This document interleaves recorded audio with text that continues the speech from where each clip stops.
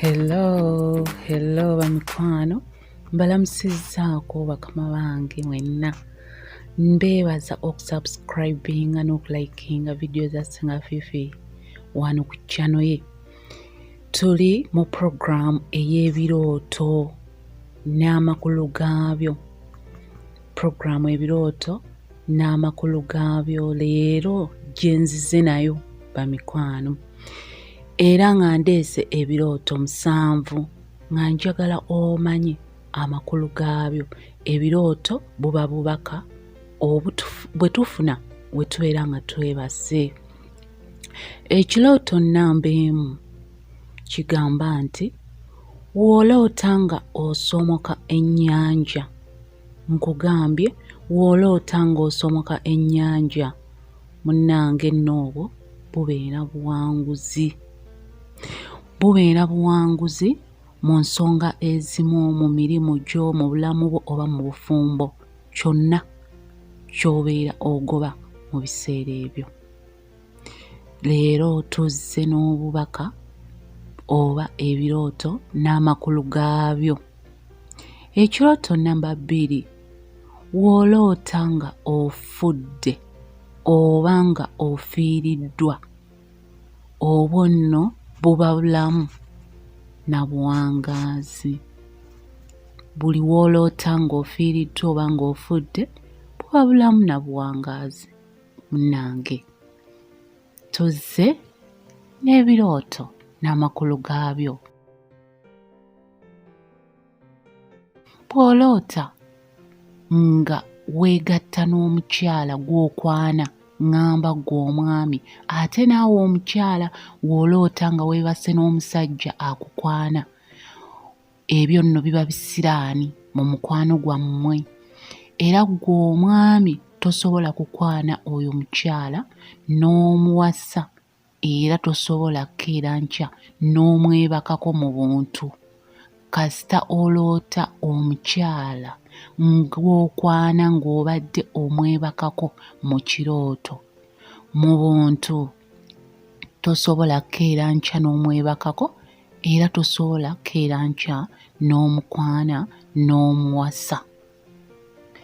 Obwo obubaka baba bakulengeza ebisiraani mu mukwano gwammwe, oba wabaawo ekizibu ekisobola okuba nga tekibagatta mmwe kubeera mu mukwano.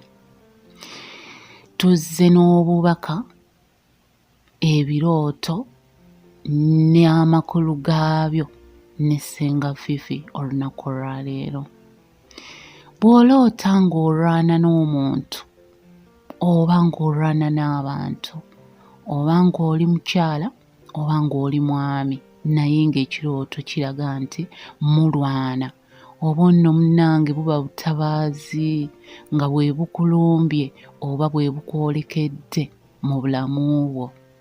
Buyinza okuba nga obutabaazi by'ebizibu, bisobola okuba nga bigenda kubeera mu mulimu gwo, mu bulamu bwo, mu bufumbo bwo oba mu byenfuna.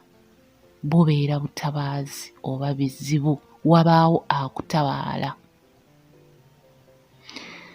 Tuli mu birooto n'amakulu gaabyo. Nagambye nti ebirooto buba bubaka bwe tufuna nga bugenda kubaawo oba nga bwaliwo oba nga bukulabula. Ekirooto ekirala gw'omukyala w'oloota nga oli lubuto. Omukyala yenna w'oloota ng'oli lubuto, obwo nno buba busibe mu bulamu bwo. Babeera baakusibira emikisa gyo egy'okufuna oba okuweebwa eri abantu abakwagala, oba buba busibe mu bufumbo bwo oba mu by'omukwano. Beebo abakyala boolaba nga tebanywera mu bufumbo, tebalwa mu laavu, obeera n'obusibe. Buba butabaazi nga waliwo eyakutabaala n'akusibira emikisa gyo. Bw'oloota gw'omukyala ovakedo ng'obadde omulonda oba ng'omulaba, olwo nno obeera ogenda kufuna olubuto. Omukyala kasita oloota kedo ng'omulonda nga si muvundu, obeera ogenda kufuna olubuto. Sinakindi obeera walufunye ng'olulina naye nga tomanyi. Ate era kino ekirooto kirimu emirundi ebiri. Gwe omukyala w'oloota ovakkedo ng'omulonda nga muvundu nga oli lubuto, obeera ogenda kuvaamu olubuto lw'olina. Era sinakindi w'oba oli lubuto osobola okuzaala omwana n'afa kasita oloota kkedo nga muvundu. Kkedo ategeeza lubuto olw'omwana. Leero tuzze n'ebirooto n'amakulu gaabyo ne Ssenga Fifi. W'oloota nga onoga ebibala oba ng'obiwanula okugeza emicungwa, obutunda oba emiyembe, egyo nno giba mikisa oba biba byanfuna nga bye bikwolekedde mu bulamu bwo.